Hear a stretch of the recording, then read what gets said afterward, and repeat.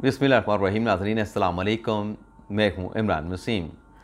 नाज़रीन, इस video log में जो बड़ी ख़बरें आपके साथ हम शेयर करने जा रहे हैं उनमें एक ख़बर तो ये है कि चीफ़ जस्टिस के करीबी अज़ीज़ ने चेयरमैन तहरीक इंसाफ इमरान ख़ान से अटक जेल में रब्ता किया है। ये रब्ता कैसे हुआ है, कब और क्यों हुआ है, इसकी तफसीलात अभी कुछ देर में आपके साथ हम शेयर करेंगे। और इसके अलावा हमारे वीडियो लॉग की जो दीगर अहम ख़बरें हैं, आर्मी चीफ से मुतल्लिक़ ख़बर है, परवेज़ इलाही की रिहाई के बाद जो ड्रामाई गिरफ़्तारी हुई है, और इसके अलावा हमारे वीडियो लॉग की जो दीगर अहम ख़बरें हैं उनकी तफसीलात भी आपकी खिदमत में पेश करेंगे।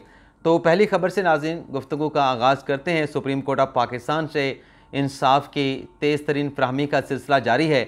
और आज नाज़रीन हुआ यह है कि साबिक़ सदर परवेज़ मुशर्रफ, जिनके ख़िलाफ़ 2013 में संगीन गद्दारी का मुकदमा बनाने का फ़ैसला हुआ था, और इस खदशे की बिना पे कि कहीं परवेज़ मुशर्रफ साहब चूँकि साबिक़ आर्मी चीफ़ भी हैं, साबिक़ सदर पाकिस्तान हैं, तो इस संगीन आइन शिकनी के ट्रायल के दौरान कहीं पाकिस्तान से फ़रार न हो जाएँ।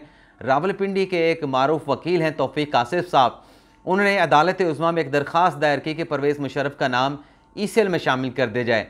तो 2014 में दायर होने वाली जो दरख्वास्त थी, इसे आज सुप्रीम कोर्ट ऑफ पाकिस्तान में एक तवील अरसे के बाद टेकअप किया गया। और आज जब ये मुकदमा ज़ेर समात आया तो जस्टिस मज़ारी नकवी, जो 3 रुकनी बेंच के हेड थे, उनके साथ जस्टिस जमाल खान मंदुखेल और जस्टिस शाहिद वहीद शामिल थे। तो जैसे ही ये मुकदमा पुकारा गया तो जस्टिस नकवी साहब ने दरख्वास्त गुजार वकील से कहा कि यह मामला तो गैर मौसर हो चुका है।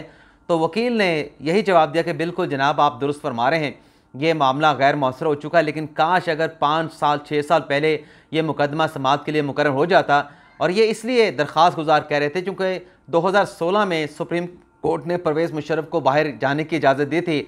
यहाँ पे मेरा कोई ना कोई देखने वाला जो व्यूअर है ज़रूर कमेंट करेगा कि खाने के बाद वीडियो ना किया करें।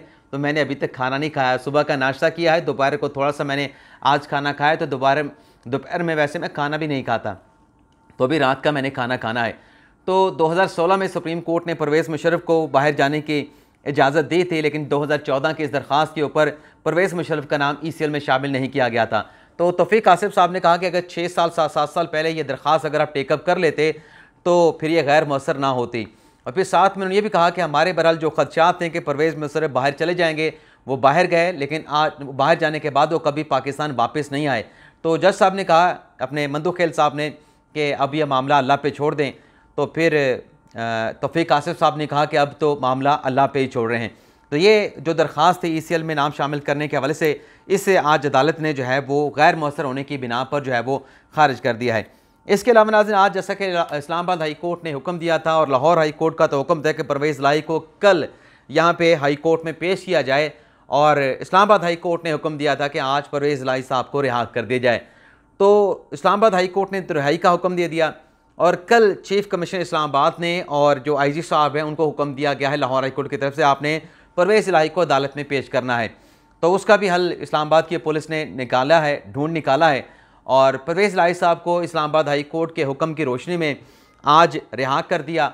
और रिहा करने के बाद परवेज़ इलाही साहब को दोबारा से गिरफ़्तार कर लिया गया।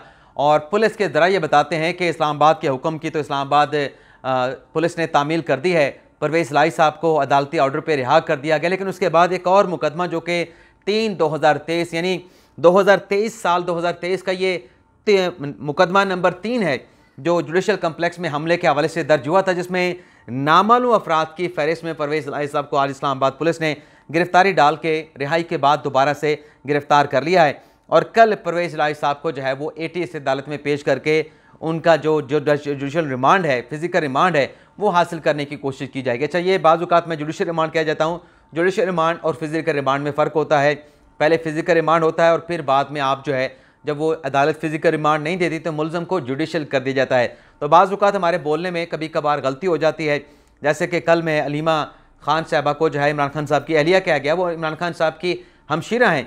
और आज मैं सुन रहा था हमारे दोस्त फिर ये हमारी गलतियाँ निकाल के इसकी दुरुस्तगी की हमसे अपील भी करते हैं, लेकिन उस वक्त तक तो वीडियो जो है वो पब्लिक भी हो चुकी होती है। लेकिन ये बोलने में रवानगी में इतनी रवानगी की वजह से गलती हो जाती है। अदरवाइज़ अलीमा खान इमरान खान साहब की अहलिया नहीं हमशीरा है, किसको नहीं मालूम, और ऐसी छोटी छोटी गलतियाँ होती हैं। आज मैं असद तूर का वीलॉग भी सुन रहा था, तो वो भी ख्वाजा हारिस साहब को ख्वाजा आसिफ अपने वीलॉग में कह रहे थे।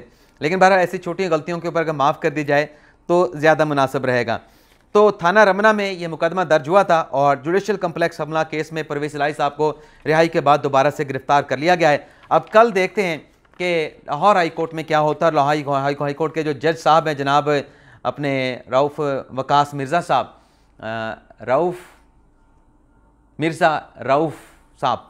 वकास रऊफ़ मिर्ज़ा साहब, ये सुप्रीम कोर्ट में हुआ करते थे एडिशनल अटॉर्नी जनरल। तो इनके साथ कभी कभार, बल्कि अक्सर व बेशतर इनके साथ इनके चैम्बर में जो यहाँ पे इनका ऑफिस था, यहाँ पे मुलाकात हुआ करते थे। और जब से हाई कोर्ट के जज बने हैं, क्योंकि ज़ाहिर सी बात है कि जज बनने के बाद फिर मिलना मुनासिब नहीं, तो कभी इनके साथ मुलाकात नहीं हुई। अच्छा, लाहौर हाई कोर्ट का जिक्र आया तो आज पंजाब की निगरान हुकूमत ने एक बयान जारी किया कि जो सूबे में चीनी की कीमत में बड़ी तेज़ी के साथ और डबल से भी ज़्यादा इजाफा हो चुका है, इसकी वजह लाहौर हाई कोर्ट के एक हुक्म इम्तना को करार दिया गया कि उस हुक्म इम्तना की वजह से जो शुगर मिल मालकान हैं, जो अपने सट्टाबाज हैं और जो ब्रोकर्स हैं, वो शुगर की कीमत में, चीनी की कीमत में इजाफे का बाइस बने हुए हैं। और अब ये कहा जा रहा है कि पंजाब हुकूमत इस हवाले से जो लाहौर हाई कोर्ट का हुक्म इम्तना है उसको हटाने के लिए एक मुतफरक दरख्वास्त जो है वो लाहौर हाई कोर्ट में दायर की जाएगी। तो यहाँ पे मौक़िफ़ ठीक हो सकता है निगरान पंजाब हुकूमत का कि उस स्टे ऑर्डर की वजह से जो है ये चीनी की कीमतों में इजाफा हुआ है। क्या अब तक, सवाल मेरा यह है कि क्या अब तक पंजाब हुकूमत सोई रही जब यह हुक्म इम्तना दिया गया था? क्या ऐसी कोई कैलकुलेशन पंजाब हुकूमत की नहीं थी कि इस हुक्म इम्तना की वजह से चीनी की कीमतों में बहुत ज़्यादा इजाफा हो जाएगा, लोगों की क़ुव्वत ख़रीद ख़त्म हो जाएगी? तो फिर पहले क्यों नहीं किया गया कि आप उस स्टे ऑर्डर को विकेट कराने के लिए आप मुतफरक दरख्वास्त दायर करवा के लाहौर हाई कोर्ट से उस हुक्म इम्तना को, स्टे ऑर्डर को ख़त्म कराते? अब जब चीनी की कीमतों में इतना इजाफा हो चुका है, लोगों की जेबों से अरबों रुपया जो मुनाफाखोर हैं, जो माफिया हैं, उन्होंने निकाल लिया है, पैसे बना लिए हैं, अब आप कहते हैं कि स्टे ऑर्डर को विकेट कराने के लिए लाहौर हाई कोर्ट से जो करेंगे। तो नाज़रीन, मेरा नुक्ता नज़र ये है, मेरी राय ये है कि सब कुछ मिल बैठ के किया जाता है, बाकायदा एक प्लान के तहत, मनसूबाबंदी के तहत किया जाता है। और जब पैसा बनाने वाले पैसा बना लेते हैं, फिर जो हुकाम होते हैं, सरकारी हुकाम होते हैं, फिर उस स्टे ऑर्डर को वापस लेने के लिए, विकेट कराने के लिए इस किस्म की कागजी कार्रवाइयाँ और अदालत से स्टे ऑर्डर जो हैं वापस कराने के लिए दोबारा से रुजू कर लेते हैं। इसके अलावा ना जो बिजली के बिलों में रिलीफ देने का मामला था, उस पर जो प्लान IMF ने पाकिस्तान का रद्द किया था, इस हवाले से अब हुकूमत पाकिस्तान ने एक नया प्लान जो है IMF के साथ शेयर करने का फ़ैसला किया है। और कहा जा रहा है कि जल्द ये जो प्लान है IMF के साथ, जिसके ज़रिए बिजली के जो सार्फिन हैं, जो एहतजाज कर रहे हैं, चीख चला रहे हैं कि ये इतने ज़्यादा हमारे बिजली के बिल आ गए हैं, तो ये नया प्लान जल्द जो है IMF के साथ शेयर कर लिया जाएगा। लेकिन यहाँ पे माजरत के साथ माफ़ी चाहते हुए, अपनी जान की अमान पाते हुए, इस माह नाज़रीन ये जो बिजली के बिलों में इजाफे किया, शोर उठा, एहतजाज किया गया, पूरे मुल्क में प्रोटेस्ट हुए, बिजली के बिल जला दिए गए। पिछले माह नाज़रीन मेरा बिल आया 15,240 रुपये और 345 यूनिट मैंने सर्व किए थे। और अब की मरतबा आप अंदाज़ा करें कि मेरा बिल कितना आया होगा। इस मरतबा मैंने 375 बिजली के जो यूनिट है उसको इस्तेमाल किया, तो मेरा बिजली का जो बिल है, एयर कंडीशन भी चलता है, रात को चलाते हैं, तो 16,940 रुपये का।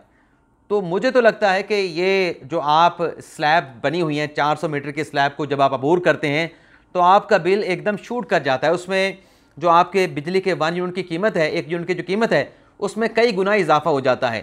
तो ठीक है, बिजली के बिल ज़्यादा आए होंगे, मेरा बिल 1700 रुपये ज़्यादा आया, लेकिन मैंने 30 यूनिट ज़्यादा भी इस्तेमाल किए हैं, लेकिन इतना ज़्यादा फ़र्क नहीं पड़ता। लेकिन जब आप बिजली को एक मैनेजमेंट के तरीके के साथ, एक मतलब सोच समझ के इस्तेमाल नहीं करेंगे, तो फिर जब स्लैब्स आपके चेंज होंगे तो बिजली का बिल ऑटोमेटिकली ऊपर चला जाएगा और आपकी बर्दाश्त से, आपकी क़ुव्वत जो बर्दाश्त है उससे बाहर हो जाएगा। तो कोशिश करें कि 400 यूनिट से आपका जो बिजली का बिल है वो नीचे रहे। अगर आपके इससे भी कम होते हैं, 300 से कम होते हैं यूनिट आप सर्व करते हैं, तो आपका बिजली का बिल और भी नीचे आ सकता है। 200 यूनिट से कम अगर आप इस्तेमाल करते हैं तो आपका बिजली का बिल उससे भी कम आएगा।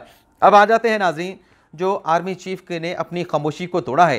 नाज़रीन ये मामला है, कल जो एक स्टेटमेंट सामने आया जिसमें कारोबारी शख्सियत मोती वाला जो है, उन्होंने कहा कि जो कारोबारी शख्सियत के साथ आर्मी चीफ ने मुलाकात की है, उसमें आर्मी चीफ सैयद आसिम मुनीर शाह साहब का कहना है कि तीनों जो बड़ी सियासी जमातें हैं उसमें करप्ट अनासर मौजूद हैं और ये सियासी जमातें पाकिस्तान के साथ किसी तरीके से भी मुखलस नहीं है। अच्छा, ये जो मोती वाला जो कारोबारी शख्सियत हैं, इनका ये स्टेटमेंट मुख्तलिफ चैनल्स के ऊपर, सोशल मीडिया के ऊपर कोट किया गया और न जाने क्या क्या बातें कर दी गई। मैंने इसके ऊपर कोई वीलॉग नहीं किया, ना ही जो आर्मी चीफ के साथ कारोबारी शख्सियात की मुलाकात हुई है इस पर डिस्कस किया, और ना ही जिस तरीके से हमारे कामरान खान साहब ने ट्वीट किया उस पर भी मैंने कोई डिस्कस नहीं है, क्योंकि मेरे पास इस हवाले से कोई कंफर्म खबर नहीं थी कि आया कि आर्मी चीफ साहब ने ऐसी कोई बात की है, या अगर कोई बात की है कहीं सियाको सबाक के हट के तो रिपोर्ट नहीं की जा रही थी। तो आज इस मामले का जो भांडा है वो फूटा है और सलीम साफ़ी साहब उन्होंने स्टेटमेंट दिया है, और उन्होंने स्टेटमेंट दिया है बड़े बावसूख ज़राए को, करीबी ज़राए को कोड करके कि बड़े मोतबर ज़राए हैं। उन्होंने ये कहा है कि आर्मी चीफ ने ये स्टेटमेंट नहीं दिया, और जो मोतीवाला साहब ने स्टेटमेंट दिया या तो उनके समझने की गलती है या उनके स्टेटमेंट देने की गलती है। आर्मी चीफ का एग्जैक्टली स्टेटमेंट ये था कि सियासी जमातों में भी बुरे लोग मौजूद हैं, उसी तरीके से सियासी जमातों में बुरे लोग हैं जिस तरीके से कारोबारी शख्सियात में भी बुरी कारोबारी शख्सियात मौजूद होते हैं। यानी आर्मी चीफ जो सलीम साफ़ी साहब कह रहे हैं उनका स्टेटमेंट कुछ था, लेकिन सियाको सबाक से हटके या फिर उसको समझा गया, या जो बयान था कारोबारी शख्सियत मोतीवाला साहब का, उनके बयान को सियाको सबाक से हटके चलाया गया। तो ये एक आप यूँ समझें कि सलीम साफ़ी साहब अगर कह रहे हैं तो उनके मोतबर ज़राए जो हैं वो ज़ाहिर सी बात है कि वो आर्मी चीफ सैयद आसिम मुनीर शाह साहब के बड़े करीबी मोतबर ज़राए होंगे। तो ये रद्द अमल सामने आया है, और ज़ाहिर सी बात है कि जब आर्मी चीफ के स्टेटमेंट को आप सियाको सबाक से हट के चलाएँगे तो फिर उसका रद्द अमल भी आएगा, वो बराह रास्त भी हो सकता है, वो बिला वास्ता तौर पर हो सकता है। अब आ जाते हैं कि किस चीफ जस्टिस की करीबी शख्सियत ने जो है वो साबिक़ वज़ीर आज़म इमरान खान जो कि तोशा खाना की अपनी सज़ा जो है वो अटक जेल में काट रहे हैं, उनके साथ क्यों और कब रब्ता किया है।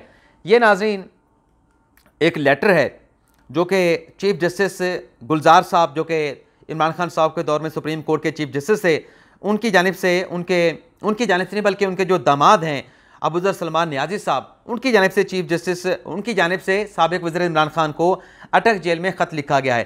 पहले ये जो ख़त है इसके कुछ मंदरजात आपके साथ हम शेयर कर लेते हैं, लेकिन इस ख़त से जो झलक नज़र आती है वो ये है कि साबिक़ चीफ जस्टिस गुलजार अहमद साहब के जो दामाद हैं अबूज़र सलमान नियाज़ी साहब जो कि मारूफ वकील भी हैं, मारूफ वकील का मैंने लफ्ज़ इस्तेमाल किया, ये मैंने बड़ा सोच समझ के इस्तेमाल किया है, तो वो गालिबन उनके इस लेटर से ये बात छलक रही है कि उनको गालिबन इस बात का खदशा है जो आजकल बातें हो रही हैं कि चेयरमैन तहरीक इंसाफ इमरान खान साहब किसी डील के नतीजे में पाकिस्तान छोड़ के बाहर जा सकते हैं, कोई पसे पर्दा बैकडोर राब्ते चल रहे हैं। तो सबसे पहले ये मंदरजात मैं आपके साथ शेयर करूँ, साथ साथ इसके ऊपर एनालिसिस भी करते जाएंगे। आज इसमें सीनियर वकील अबूज़र सलमान नियाज़ी का अटक जेल में साबिक़ वज़ीर आज़म इमरान खान को ख़त। मैं पाकिस्तान के अवाम के हक़ के लिए बहादुराना मौक़िफ़ इख्तियार करने पर आपका मशकूर हूँ। आप हमारे मुआशरे के पसमानदा तबके और कानून की हुक्मरानी के लिए बेधड़क खड़े हैं। अब ये वकील साहब से बंदा ये पूछे कि जब तोशा खाना केस में वो जो अदालत ने नोटिस जारी किया था ज़फ़र इकबाल साहब ने, उसकी तामील कराने के लिए पुलिस वाले वहाँ पे गए थे, तो जो इमरान खान साहब के कारकुनान ने उनके ऊपर पेट्रोल बम फेंके थे, जो उन पर पथराव किया था, जो उनके ऊपर तशद्दुद किया था, डंडे चलाए थे, वो कौन सी कानून की हुक्मरानी थी, ये भी ज़रा इस ख़त में जिक्र कर देते तो ज़्यादा बेहतर होता कि खान साहब कितनी कानून की हुक्मरानी को जो है वो पासदारी करते हैं। आगे लिखते हैं, तमाम मुश्किलात के बावजूद आपने मुल्क नहीं छोड़ा और डट के मुकाबला कर रहे हैं। यहाँ पे ये जिक्र करने की बात मुझे ऐसा लगता है कि अबूज़र सलमान नियाज़ी साहब को ऐसा लगता है कि इमरान खान साहब कहीं बाहर न चले जाएँ, तो ऊपर से मिले हैं, आगे से आए हैं और इमरान खान साहब को खराज तहसीन पेश कर रहे हैं कि तमाम तर मुश्किलात के बावजूद आपने मुल्क नहीं छोड़ा और डट के आप इसका मुकाबला कर रहे हैं। मौजूदा सूरत हाल इंतहाई परेशान कुन है, हकीकत काबिल अफसोस है। हमारा अदालती निज़ाम बदतरीन जाबराना और बेहतरीन तौर पर गैर मुतलका हो चुका है, बदतरीन तौर पर गैर मुतलका हो चुका है। तो जनाब अबूज़र सलमान नियाज़ी साहब ये अपने जो ससुर हैं उनसे कहना था ना कि अदलिया में रिफॉर्म्स करते, बेहतरी करके जाते, लेकिन उन्होंने तो नस्ला टावर गिराना था, नस्ला टावर गिराना उनका मकसद था। लेकिन यहाँ पे शार दस्तूर के ऊपर जो कॉन्स्टिट्यूशन 1 एवेन्यू है, जो यहाँ पे एक प्लाजा बना हुआ है, जो टावर बना है, उसमें चूँकि जज साहबान के फ्लैट्स हैं तो वहाँ पे नज़र नहीं गई जनाब आपके जो ससुर हैं साबिक़ चीफ जस्टिस गुलजार अहमद साहब की। आगे सुने नाज़रीन, अदलिया बेबस लाचार नज़र आने लगी है, ये इंसाफ का सरसर मजाक है। यानी ये इंसाफ का सरसर मजाक है अगर तोशा खाना केस में साबिक़ वज़ीर आज़म इमरान खान को सज़ा होती है, लेकिन अगर इमरान खान साहब के दौर में किसी को मंशियात डाल के गिरफ़्तार कर लिया जाए, वो किसी के साथ मजाक नहीं। बाप के सामने बेटी को मुलाकात के लिए गई है, उसको गिरफ़्तार कर लिया जाए, ये इंसाफ के साथ मजाक नहीं है। 190 मिलियन पाउंड मुबैना तौर पर मनी लॉन्ड्रिंग का बरताने से पाकिस्तान में आता है और वह पैसा ख़जाने में जाने के बजाय गुलजार साहब के दौर में उनके सुप्रीम कोर्ट में अकाउंट में जमा हो जाता है। ये इंसाफ के साथ मजाक नहीं है। आगे सुने, अदालत के हुक्म के हत्ता के आला अदलिया के हुक्म की भी धज्जियाँ उड़ाई जाती हैं। एग्जेक्टिव ने तौहीन अदालत की सूरत में बगैर किसी नतीजे के अदालती अहकामात को नज़रअंदाज किया। बुनियादी हकूक़ का तहफ़्फ़ुज़ और मुनसफ़ाना ट्रायल के हक़ का हसूल हर एक ख्वाब बन चुका है। असम्बलियाँ तहलील हो चुकी हैं, इसके बावजूद आज़ाद मुनसफ़ाना इलेक्शन नहीं हो रहे। बज़ाहिर पूरी रियासत की मशीनरी इंतखाबात की ताख़ीर और इंसाफ की वाज़ेह हुक्म की खिलाफ वर्जी करी है। बर वक्त इंतखाबात को यकीनी बनाने की जिम्मेदारी तमाम इदारे इंतखाबात को मुलतवी करने के फजूल बहाने पेश कर रहे हैं। अब ये चीफ जस्टिस के साहब के जो साबिक चीफ जस्टिस साहब के जो दामाद हैं, ये सलमान न्याज़ी साहब इमरान खान साहब को ख़त लिख रहे हैं। इसमें कुछ और चीज़ें में लिखी गई हैं। इसमें यह कहा गया है, मुझे तो आखिरी, यूर कन्विक्शन रिफ्लेक्ट, यानी इमरान खान साहब की जो सज़ा है वो ये इस बात की अकास है कि मुल्क में मिस कैरेज ऑफ जस्टिस हो रहा है।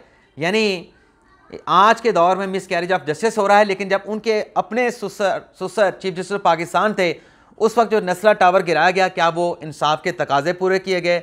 इंसाफ का बोलबाला हुआ कि वहाँ पर तो आपने नस्ला टावर गिराया, यहाँ पे आपने क्या किया? कॉन्स्टिट्यूशन एवेन्यू के ऊपर बहरिया टाउन कराची की सरकारी ज़मीन के साथ आपके सुसर के होते हुए चीफ जस्टिस गुलजार कोर्ट में क्या फैसला हुआ? क्या वहाँ पे इंसाफ का कत्ल नहीं हुआ? Denial of the right to fair trial and due process of law, यानी यहाँ पे फेयर ट्रायल की बात की जा रही है और उसके साथ साथ डिनाइल अपना ड्यू प्रोसेस की बात की जा रही है। तो आपके तो सुसर ने, गुलजार साहब ने जस्टिस काजी फैसल साहब को बेंच में बिठा के 6 रुकनी बेंच बना और 7 रुकनी बेंच बना और 7 रुकनी बेंच में 6 जज साहबान ने काजी फैसल साहब पे पाबंदी लगा दी उनको सुने बगैर।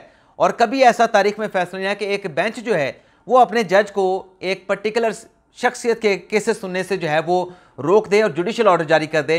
क्या काजी साहब फैसल साहब को सुना गया था? उनकी तरफ से नजरसानी की दरख्वास्त भी दायर नहीं की गई, लेकिन कोयटा की जानिब से, कोयटा बार काउंसिल की जानिब से नजरसानी की दरख्वास्त दायर हुई थी, आज तक उसको नहीं सुना गया। आगे सुने, absence of rule of law, तो अपने गुलजार साहब के दौर में क्या इनको, या इमरान खान साहब के दौर में जो रूल ऑफ लॉ की हुक्मरानी की जो मतलब अब्सेंस थी, गैर हाज़िरी थी, जो नज़र नहीं आती थी, तब तो अबू सलमान न्याज़ी साहब ने कोई लेटर नहीं लिखा था। राना सनाउल्लाह को गिरफ़्तार किया गया, शाहिद खाकान अब्बासी को, इसके अलावा मिफ्ता इस्माइल को, एहसन इकबाल को, ख्वाजा साद रफ़ी को, इन तमाम लोगों से क्या निकला? बिला आखिर वो तमाम मुकदमा सियासी इंतकाम की साबित हुआ कि वो सियासी इंतकाम लिया जा रहा था। इसके अलावा माइट इज़ राइट, यानी आज आप ये कह रहे हैं कि माइट इज़ राइट है, तो यानी जिसकी ताकत, जिसके पास ताकत है वही सब कुछ कर रहा है। तो जब इमरान खान साहब कुछ कर रहे थे, आपके सुसर साहब सब कुछ कर रहे थे, तो उस वक्त माइट इज़ राइट नहीं था। आगे सुने, डेथ ऑफ फंडामेंटल राइट, तो वही जो बातें मैंने की है इस पर यहाँ पर भी अप्लाई कर लें। जुडिशल बायस, यानी अदालती तासुब है। अब अब्यूज़ ऑफ पावर, अख्तियारात का नाजायज़ इस्तेमाल, तो अख्तियारात का नाजायज़ इस्तेमाल जो चेयरमैन PTI इमरान खान साहब ने खुद किया, तोशा खाना के हवाले से 190 मिलियन पाउंड अलकादर ट्रस्ट के हवाले से, क्या वो अख्तियारात का नाजायज़ इस्तेमाल नहीं था?